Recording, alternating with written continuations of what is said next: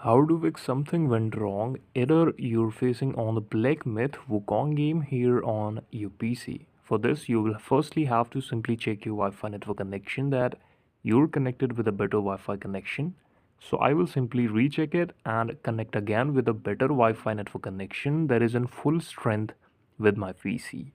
Now, I have refreshed my network connection, then I will again go to the website, and if you're playing it on the application, what you have to do is simply check that if you're getting enough network speed for your network so you can easily operate this game because it needs a fast network connection. So here I'm going to check my download speed and my upload speed also. In some seconds it will get started metering, and you can read that the speed is about over 200 mbps per second.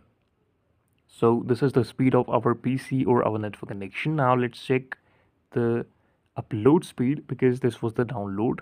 And now we will check the upload speed here to run a test.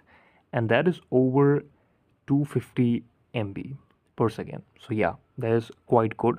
And here I'm confirmed that there is no error with my network connection.